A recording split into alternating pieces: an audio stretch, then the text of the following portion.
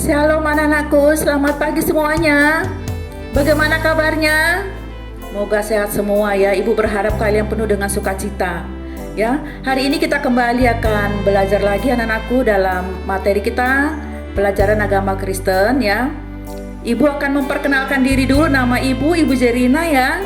Dan kita juga akan melihat buku yang akan kita pakai adalah Pendidikan Agama Kristen Budi Pekerti. Semuanya sudah punya kan? Ya, kita dari sini nanti akan kita pelajari di bab yang ke-6. Sebelum kita lanjutkan, kita berdoa dulu anak-anakku ya, semuanya berdoa. Tuhan, terima kasih atas kebaikan-Mu pada siang hari ini. Kami boleh berkumpul dengan anak-anak-Mu Tuhan. Kami akan mendengarkan pelajaran agama Kristen. Biarlah Tuhan pimpin kami dari awal pertengahan hingga selesainya mata pelajaran ini Tuhan. Berikan kami hikmat ya Bapa. Terima kasih Tuhan, hanya di dalam nama Yesus kami berdoa dan mengucap syukur. Amin. Kita akan kembali di bab yang ke-6 anak-anakku ya. Di sini judulnya Hidup dalam Kesetiaan. Ada bahan Alkitab yang harus kita siapkan di dalam Kejadian 29 ayat yang ke-13 sampai 28. Lalu Mazmur 85 ayat yang ke-8 sampai 14. Lalu Matius 28 ayat 18 sampai 20 dan Yohanes 3 ayat yang ke-16. Tujuan daripada materi kita hari ini adalah satu, menjelaskan hubungan antara kasih dan kesetiaan. Yang kedua, membedakan kesetiaan yang benar dengan kesetiaan yang keliru. Yang ketiga, menunjukkan bukti-bukti tentang kesetiaannya kepada Allah. Jelas anakku ya? Kita lihat pengantarnya. Wow, keren ya. Pengantar ini kita harusnya menyanyikan lagu ya dari NKB nomor 34. Setiamu Tuhan, ku tiada bertara. Tapi kita tidak menyanyikan lagu ya anakku ya. Nanti mungkin masih kita belajar, yang lainnya di rumah boleh belajar. Kalau sudah hafal nanti minggu depan kita nyanyikan. Kita ganti dengan lagu ya yang hampir juga sama, tujuannya untuk memuliakan Allah. Kasih Allahku.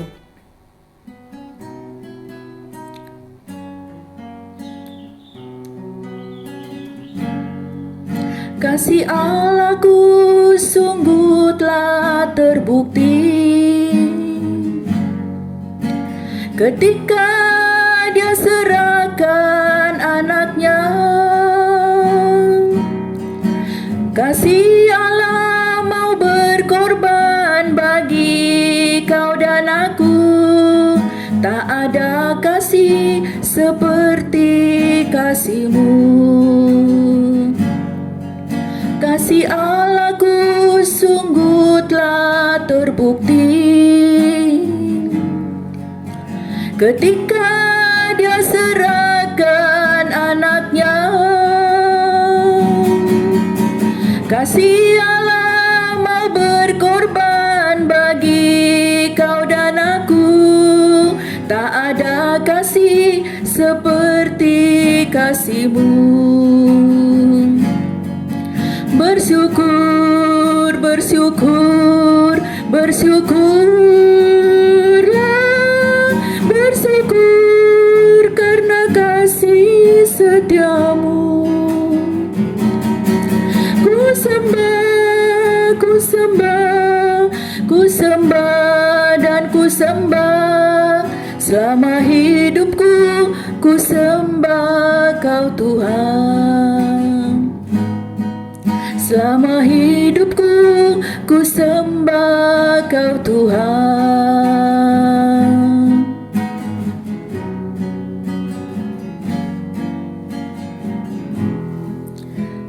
Terima kasih anakku, kita sudah sama-sama menyanyi ya. Kita akan kembali melihat materi kita pada hari ini. Kita lihat anakku tadi pesan daripada lagu yang kita lihat di judul di halaman pertama adalah kesaksian yang luar biasa yang dibuat oleh Thomas ya, Thomas Chisholm tentang kehidupannya hari lepas hari bersama Yesus. Pendeta Chisholm selalu percaya bahwa Bapaknya yang di surga terus memelihara dan menyediakan segala kebutuhannya sehari-hari. Sebelum ia meninggal dunia pada tahun 1960, ia menulis kesaksian pribadinya yang luar biasa. Penghasilanku tidak pernah besar karena kesehatanku yang buruk pada usia mudaku, yang akibatnya terus mengikuti aku sampai sekarang. Tapi aku tidak boleh gagal mencatat kesetiaan Allah yang memelihara perjanjiannya dengan orang-orang percaya yang tidak pernah gagal, dan bahwa Ia telah menunjukkan berulang kali caranya yang luar biasa dalam memelihara hidupku, yang telah membuat aku sungguh amat bersyukur. Kita boleh diskusikan pertanyaan di bawah ini dengan teman-teman kita ya. Kalau diskusi lebih dari 3 boleh 4 ya, kalian boleh cari temanmu ya. Tapi kita lihat dulu, kita kasih 1 ya, kepada siapakah lagu ini tujukan? Kalau kita lihat dari awal lagu itu adalah untuk kemuliaan Tuhan. Ya, betapa Tuhan itu penuh kasih, ditujukan kepada untuk kemuliaan Tuhan. Ya, Anda boleh diskusikan nanti di rumah ya dengan teman-teman ya, boleh lagi ditambahkan untuk kemuliaan Tuhan itu seperti apa lagi. Yang kedua, perasaan apa yang diungkapkan oleh penulis lagu ini? Dia perasaannya nyaman ya, dia tenang. Tak kala dia menyanyikan lagu ini, dia merasakan ada suatu ketenangan dengan lagu-lagu yang dia nyanyikan. Apakah kamu setuju dengan kata-kata yang diungkapkannya? Nah, ini diskusi ya. Boleh katakan boleh setuju, itu adalah pilihan Anda. Kalau ya, coba jelaskan apa alasannya, boleh dijelaskan. Apakah kamu punya pengalaman yang serupa seperti yang dialami oleh sepengarang lagu? Nah, ini didiskusikan di rumah anakku ya. Sampai nomor 6 juga didiskusikan di rumah ya. Kita lanjut dengan kisah Hechiko. Ini ibu sudah baca anak-anakku ya. Kesimpulan daripada cerita ini adalah seekor anjing anak-anakku ya. Ada seekor anjing diberi nama Hechiko ya. Ini ada di negara Jepang ya. Ini ada di negara Jepang ya. Ibu nggak usah baca satu persatu, ibu terangkan aja anak-anakku ya. Nanti di rumah kalian juga baca. Cerita adalah seorang anjing ini bagaimana dia dipelihara atau ditemukan oleh seorang profesor ya, dipelihara. Lalu setiap hari anjing ini ditaruh dekat stasiun kereta api. Jadi anjing ini menunggu tuannya datang dari rumah, dia tunggu ya. Pokoknya anjing ini begitu setia anakku. Dia tunggu tuannya belum datang, dia menunggu. Akhir daripada cerita ini anakku ya, tuannya itu meninggal. Tapi anjing ini nggak tahu kalau tuannya meninggal. Tapi dia tetap setia datang ke stasiun. Wah, biasanya kan tuanku di sini. Terus dia menunggu setiap hari, dia datang. Dia tidak tahu kalau tuannya sudah meninggal. Sehingga orang mulai terharu, orang mulai heran. Anjing ini kok setia yo? Padahal itu tuannya sudah meninggal. Tapi anjing masih setia ya. Hechiko ini masih setia. Dia masih datang ke tempat pekerjaan tuannya sekalipun tuannya tidak ada.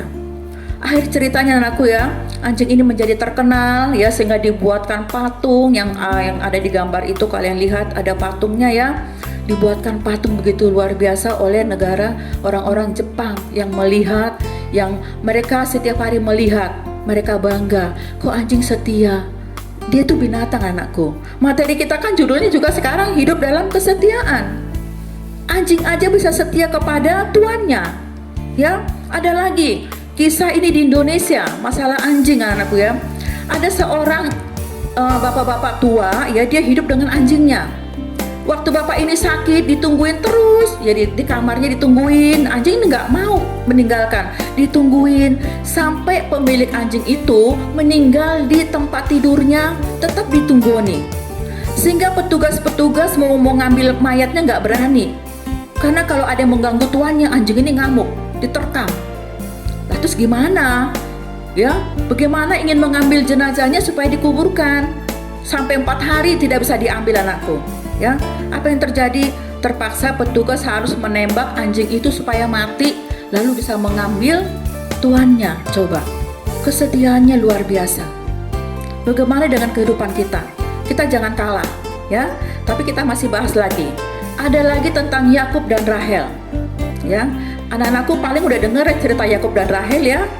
Kan seringkali waktu masih sekolah minggu ya, kita suka mendengarkan cerita Yakub dan Rahel. Ini juga tentang kesetiaan. Kalian tahu ceritanya kan, Yakub dan Esau? Yakub itu menipu ya, dia menyamar sebagai Esau. Dia menipu. Akhir kata, daripada dibunuh sama Esau ya, akhirnya dia diungsikan ke rumah pamannya Laban ya, supaya dia aman dan selamat. Apa yang terjadi? Di situ dia bertemu dengan anaknya pamannya, anaknya Laban ya, ada namanya Rahel. Ya, Yakub timbul rasa sayang, rasa cinta kepada Rahel. Tapi apa yang terjadi? Tidak semudah untuk mendapatkan Rahel. Ya, Yakub butuh, ya, dia diuji sama pamannya sendiri.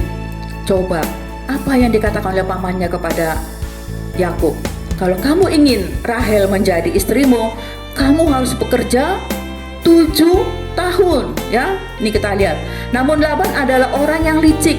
Setelah 7 tahun Yakub bekerja, Laban memperdayainya dengan menyerahkan Lea untuk dinikahi Yakub. Yakub kecewa. Namun apa boleh buat, ia sudah resmi menikah dengan Lea. Lalu Yakub berkata, "Apakah yang kau perbuat terhadap aku ini? Bukankah untuk mendapat Rahel aku bekerja padamu? Mengapa engkau menipu aku?" Katanya Laban, "Tidak biasa orang berbuat demikian di tempat kami ini, mengawinkan adiknya lebih dahulu daripada kakaknya. Genapilah dahulu 7 hari perkawinanmu dengan anakku ini, kemudian anakku yang lain pun akan kuberikan kepadamu sebagai upah, asal engkau bekerja pula padaku 7 tahun lagi." Wow, luar biasa. Tapi Yakub, karena cintanya kepada Rahel, Yakub bersedia memenuhi tuntutan Laban itu. Karena itulah ia bekerja 7 tahun lagi untuk Laban. Baru setelah itu Laban bersedia menyerahkan Rahel untuk dinikahi Yakub. Kita ketemu lagi yang namanya diskusi, ya. Apa yang kamu temukan dalam cerita ini tentang kesetiaan? Banyak yang kita temukan, ya. Tapi ibu ambil kesimpulannya bahwa untuk mendapatkan sesuatu memang benar-benar kita harus fokus, ya. Kita harus bisa memberikan sebuah pengorbanan untuk mendapatkan apa yang kita inginkan. Apa kaitannya antara cinta dengan kesetiaan? Ayo, ini kalau masalah cinta anak-anak nih kepoh ya. Ya, siapa yang punya pacar sini? Ada? Oh, malu ya. Kita lihat dulu apa sih kaitan cinta dengan kesetiaan. Nah, cinta itu adalah dia menginginkan cinta dan kasih, dia ingin cinta dan kasih. Tapi kita harus buktikan. Coba anakku kalau di rumah punya pacar, telepon, "Aku sayang kamu ya, aku cinta kamu ya," tapi nggak ada tindakan, ngomong tok. Apakah ini cinta dan dengan kesetiaan? Beda. Kalau memang dia cinta dan punya kasih, pasti dia akan setia. Ibu ambil contoh ya. Contohnya binatang lagi nih ya, dari tadi binatang, supaya Anda mengerti cinta kasih dan kesetiaan. Ya, ada seorang ibu ya, ibu kasih contoh aja ini. Ada seorang ibu, rumahnya dirobohkan, ingin membangun rumah. Waktu dia bangun rumah, ada kadal ya. Kalian tahu kadal itu kakinya kejepit, nggak bisa keluar. Padahal itu bangunan itu sudah hampir 10 tahun kadalnya di situ. Tapi kadal itu punya kekasih ya, bukan manusia tok lo punya pacar yo. Kadal juga punya pacar, punya kekasih. Tapi dengan setianya kadal kekasihnya setiap hari memberikan makan. Ya, setiap hari diberi makan. Tuh kadal yang kejepit kakinya kan nggak bisa keluar, nggak bisa makan. Tapi kesetiaan kadal itu, temennya itu memberikan makanan supaya dia hidup. Sehingga yang punya rumah heran, kok masih hidup? Oh, rupanya waktu dia mati dikirimi makanan sama temennya. Nah, ini anakku ya, binatang aja punya perasaan seperti itu. Bagaimana dengan kita? Ya, kita bisa meniru dari kesetiaan binatang yang sudah kita ceritakan di awal. Lalu bila kamu menjadi Yakub, bersediakah kamu melakukan apa yang diminta Laban, bekerja 14 tahun tanpa gaji untuk mendapatkan Rahel? Ayo, ini jawaban Anda pribadi lepas pribadi. Nanti didiskusikan. Kalau aku jadi Yakub, kalau aku jadi Rahel ya, gimana ya ceritanya? 14 tahun. Walah bu, mati satu tumbuh 1000 bu, ngapain bu? Boleh, itu pendapat kalian, boleh ya, boleh didiskusikan. Kita lihat lagi, sebutkan dan jelaskan contoh-contoh tentang kesetiaan di dalam hidup sehari-hari, dan jelaskan pula bagaimana kesetiaan itu mencerminkan cinta kasih kepada seseorang lain. Ini bisa ya kita buktikan kepada orang tua kita ya, antara ayah dan anak antara kekasih dan pacarnya ini banyak ya kehidupan sehari-hari. Kita lihat lagi berikutnya. Ini kesetiaan dalam hidup sehari-hari ya, kita baca lagi. Kita dapat menemukan banyak contoh tentang kesetiaan dalam kehidupan sehari-hari. Ada kesetiaan yang dituntut sebagai perusahaan dari karyawannya, ada kesetiaan dituntut sebuah partai dari para anggotanya, atau kesetiaan di antara teman-teman. Bagaimana menurut pendapatmu tentang kasus-kasus di bawah ini? Manakah di antaranya yang dapat disebut sebagai kesetiaan yang benar? Kita baca lagi, kita lihat kasusnya. Ya, yang pertama, kalau kamu benar-benar teman yang setia, kamu harus menolong aku waktu ulangan nanti. Ayo, gimana sikap kalian? Kamu pintar, temanmu nggak pintar, ya. Tapi kamu setia kepada temanmu yang nggak pintar. Karena kesetiaan, waktu nyontek, kamu kasih atau tidak? Ibu mau beritahu, kalau kamu terus-menerus kasih contekan kepada temanmu itu membuat dia tambah bodoh, tambah nggak mau baca, nanti tambah sesat, ya, tambah nggak karu-karuan. Jadi sikap kalian tuh tidak boleh memberikan contekan supaya dia mau belajar.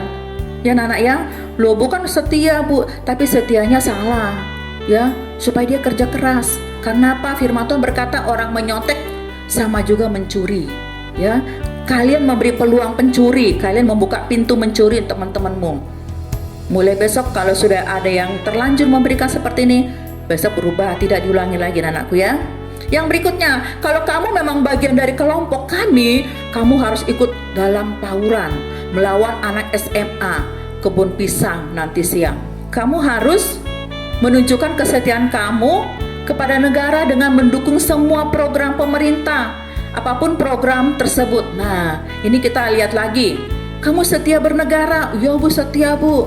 Setia mendukung program pemerintah? Setia bu. Tapi lihat dulu programnya, ya. Ada orang kan programnya ngawur. Tidak semua pemerintahan juga hidupnya bersih. Ada yang korupsi ya, macam-macam. Kita lihat dulu programnya. Kalau itu programnya oke, mendukung negara kita maju, kita harus dukung. Tapi kalau itu tidak mendukung, itu menyalahgunakan, katakan tidak. Ya, anak-anak harus tegas ya, programnya dilihat dulu. Ya, kita lihat lagi berikutnya. Kalau kamu memang bagian dari kelompok kamu harus ikut dalam tawuran melawan anak SMA kebun pisang nanti siang. Nah, ini kan sering kita lihat anak-anak SMA tuh tawuran Apa sih untungnya? Berantem ya. Apa? Geng-gengan. Hasilnya apa? Babak belur, motornya rusak, ya. Gak ada untungnya nak. Ya bu, aku lah bu, kalau nggak melok terus ya apa bu? Nanti SMA aku loh bu, nggak diajak lagi bu, biarin. Kalau itu untuk tawuran, untuk hal-hal yang tidak diinginkan, katakan tidak, ya, tegas tidak. Tapi kalau itu untuk belajar kelompok, ya, kita adu kompetensi antara SMA, misalnya lomba baca puisi, ya, lomba membuat catatan membuat suatu lomba 17 Agustus, enggak apa-apa, itu bagus, ya. Jadi kalian harus bisa membedakan yang mana iya, yang mana tidak, ya. Kita lihat lagi, temanmu mengalami musibah karena rumahnya di permukiman yang ilegal kebakaran. Teman-teman mengajak kamu mengumpulkan uang untuk menolong dia dan keluarganya. Logika masuk akal gak anak-anakku? Iya, karena rumahnya kebakaran, otomatis hartanya juga mungkin kebakaran, ya, dompetnya kebakaran semua, ya, kita bantu. Ini harus kita gerakkan teman-teman, ayo kita bantu, ya, untuk membantu teman kita yang mengalami kebakaran. Nah, ini yes ya, bagus. Kita lihat lagi yang hari Jumat depan adalah hari kejepit nasional, karena hari Kamisnya kita libur. Mari kita ramai-ramai membolos. Waduh ya, kalau udah hari kejepit, hari itu nggak ada yang kejepit ya. Tapi anak-anaknya aneh-aneh ya, hari kejepit, tanggal kejepit, itu hanya istilah supaya Anda membolos. Ya, kalau kalian anak Tuhan, remaja Kristen, katakan tidak. Tetap Anda masuk sesuai jadwal. Oke, anak-anakku ya. Jadi Anda bisa membandingkan ya, yang mana boleh, yang mana yang tidak boleh. Orang bisa salah memahami arti kesetiaan dan karena itu bertindak keliru di dalam kesetiaannya. Kesetiaan harus disertai pula oleh sikap kritis. Jadi kita tidak begitu saja mendukung teman kita dengan menunjukkan solidaritas yang membabi buta. Bila apa yang dilakukan oleh temanmu tidak baik atau bukan sesuatu yang memberikan dampak yang positif, maka kamu tidak perlu setia dengan teman-teman kamu itu. Kita lihat kesetiaan menurut Alkitab. Ya, kita baca dulu ya. Kesetiaan adalah kata yang sangat penting dalam Alkitab. Kata setia atau kesetiaan muncul sebanyak 130 kali. Wah, ternyata di Alkitab banyak Allah menunjukkan contoh-contoh yang setia. Kita harus cari ya di mana ya tuh ya. Cari di dalam Alkitab Perjanjian Lama juga ada, dalam Perjanjian Baru juga ada. Sebanyak itu Tuhan menuliskan kesetiaan. Perlu ya kita bongkar habis Alkitab, kita cari mana 130 kali, 52 kali, 28 kali. Wow, masih banyak. Ya, kita harus cari benar-benar firman Tuhan itu menunjukkan kata setia. Kata setia atau kesetiaan sangat erat hubungannya dengan kasih ya. Alasannya kasih tidak bisa berdiri begitu saja tanpa kesetiaan. Artinya tidak cukup kalau orang mengatakan aku sayang kamu tanpa menunjukkan kesetiaan kepada orang yang disayanginya itu. Dalam Alkitab, kasih Allah digambarkan sebagai kasih yang setia. Gambaran ini pula yang diberikan oleh Tuhan Yesus tentang sang ayah yang menantikan anaknya yang sangat dikasihaninya dalam perumpamaan anak yang hilang. Jadi di dalam Alkitab juga Allah memberikan loh ya kesetiaannya. Contohnya Lukas 15 ayat 20 tentang anak yang hilang. Coba, kalian sudah mendengar ceritanya tentang anak yang hilang? Bagaimana anaknya menghambur-hamburkan uangnya? Ya, papanya bilang jangan kamu hambur-hamburkan uang. Tapi dia tidak mendengarkan perintah ayahnya. Sehingga waktu uangnya habis, ya biasa anak-anak ya. Kalau kita uangnya masih banyak, teman kita banyak. Tapi tak kala kita nggak punya uang, kita nggak punya kedudukan, orang nggak lagi deket sama kita. Itu manusia biasanya begitu. Kalau kita punya deket, ya. Kalau nggak punya, kita ditinggal. Tapi Allah tidak. Allah setia. Allah berkata, aku tetap menunggu sampai anaknya itu pulang.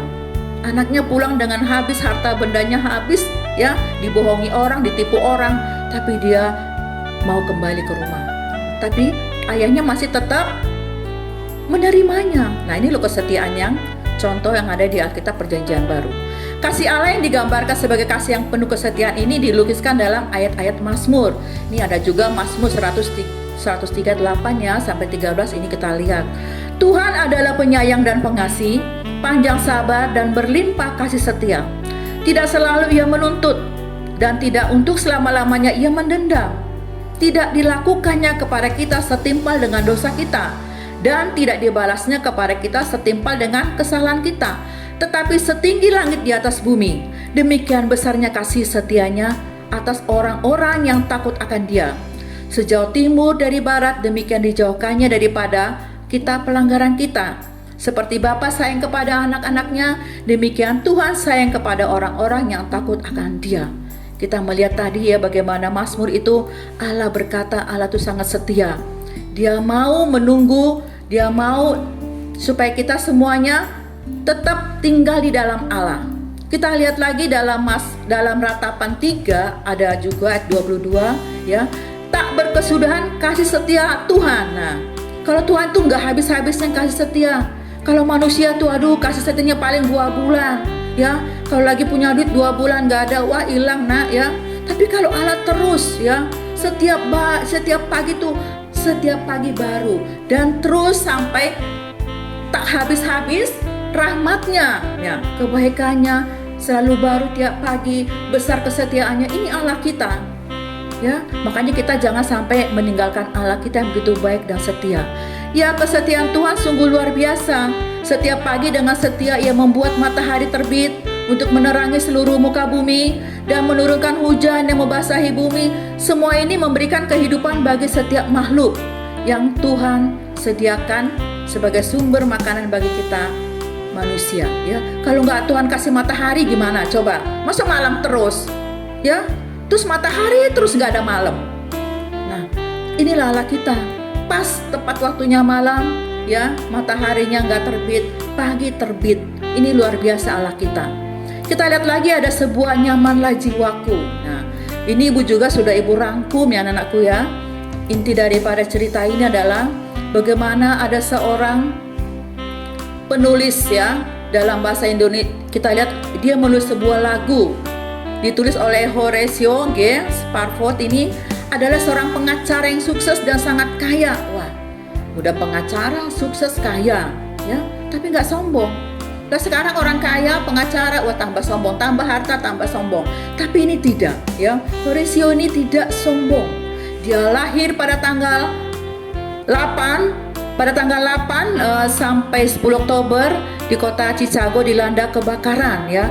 Dia mengalami sebuah kebakaran yang luar biasa, sehingga dia rela berikut menolong orang-orang yang menjadi korban ya. Tapi ternyata waktu itu 2 tahun kemudian mereka merencanakan dengan keluarganya akan berliburan ya ke suatu tempat. Jadi anaknya 4 dengan istrinya itu mendahului bapak ini supaya mereka dulu, nanti dia nyusul. Ya, ini Ibu artikan aja kalimatnya supaya Anda tidak terlalu bingung ya. Ya, tak kala itu anak dan istrinya pergi mendahului bapak ini, nanti dia nyusul. Apa yang terjadi? Ya, kapal yang mereka tumpang itu kecelakaan, sehingga hanya istrinya yang selamat. Anaknya 4 meninggal. Wah, coba. Ini persis dengan kisah Ayub. Nah, ini benar ya. Sejarah Ayub ternyata juga kejadian dialami oleh bapak ini. Sehingga apa yang terjadi? Istrinya tuh tak lama kemudian, sementara dalam perjalanan untuk menyusul istrinya ya, mendapatkan ilham, dia menuliskan sebuah lagu ya, Kendati Hidupku Tentram. Ya, ini lagunya anakku ya. Nanti kita bisa lihat atau pelajari di rumah ya. Ada empat bait ini lagu yang dituliskan oleh beliau ya. Pengalaman bagaimana menggambarkan orang Kristen menghadapi penderitaan dalam mengandalkan kasih Tuhan. Memiliki kekuatan yang luar biasa ketika bisnisnya hancur ya. Bayangkan anakku, bisnisnya hancur, anaknya meninggal ya. Kalau orang Indonesia tuh lebih baik bunuh diri, banyak nggak kuat lagi menghadapi situasi seperti ini. Hancur semuanya anakku ya. Tidak ada lagi orang yang mau deket. Biasanya kalau sudah habis hartanya ya, keluarganya juga banyak yang tidak mau peduli. Jadi kita bisa mengambil hikmahnya. Beliau ini adalah tetap setia. Dia melayani Tuhan ya. Kita lihat kesetiaan kepada Tuhan. Di bagian sebelumnya kita kan sudah melihat bagaimana Tuhan Allah yang kita kenal lewat Alkitab adalah Tuhan yang setia kepada kita sebagai makhluk ciptaannya ya.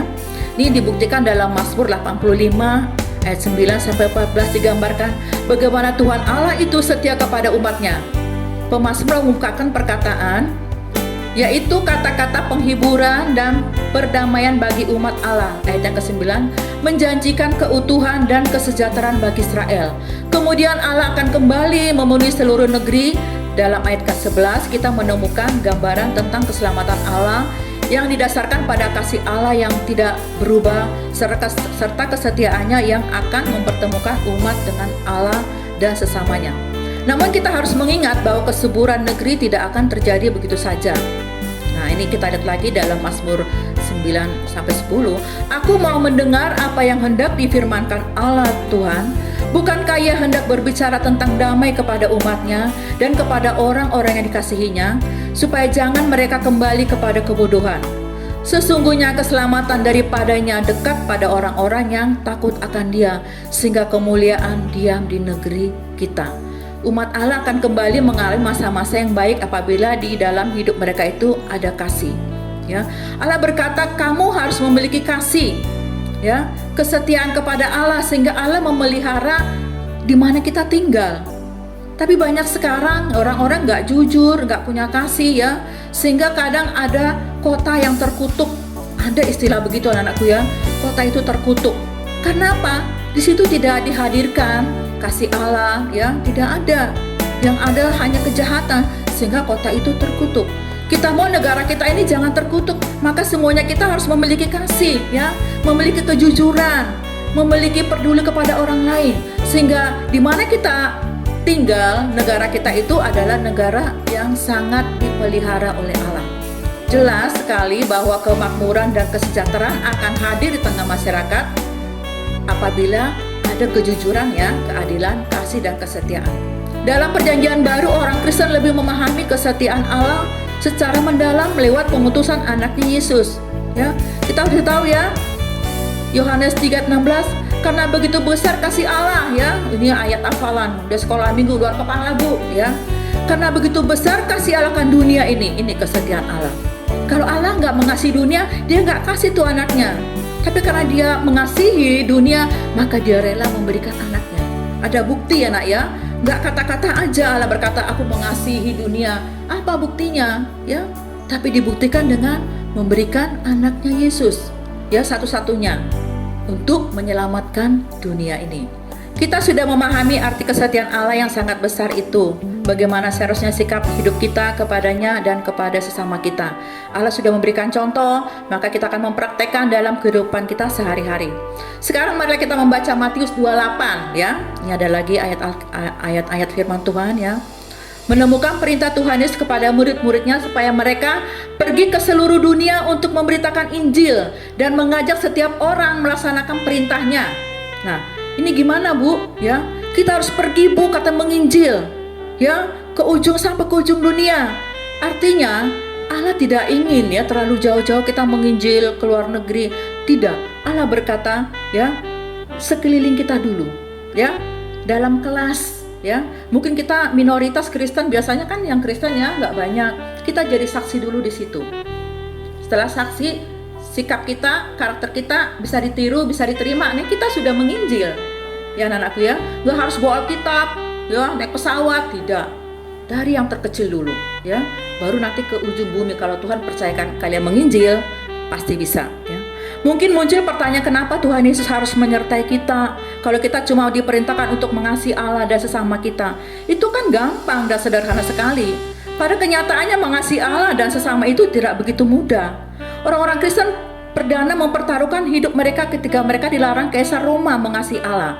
Sebaliknya mereka diperintahkan bahkan diwajibkan menyembah Kaisar. Nah, tantangan banyak nak. Ya, kita ditantang, kau menyembah Allah atau menyembah Kaisar. Nah loh. Ya, kita pilih mana? Sering kita diancam, kalau kamu nanti nggak menyembah Kaisar, tak bunuh kamu, keluarga kamu tidak saya kasih makan. Kita pilih yang mana anakku? Ya, sebagai anak Tuhan kita tetap menyembah Allah. Ya Bu, nanti saya dibunuh Bu, itu urusannya Tuhan. Yang penting kita berkata aku hanya menyembah Allah, tidak menyembah Kaisar. Oke anak-anakku ya. Jadi kita harus bisa membuat keputusan hanya Tuhan yang patut kita sembah. Sekalipun Allah berkata, sekalipun aku tidak menolong, ya. Ingat gak Sadrak, Mesak dan Abednego? Waktu mereka dimasukkan ke perapian api, tak mereka suruh menyembah Kaisar, mereka nggak mau kan?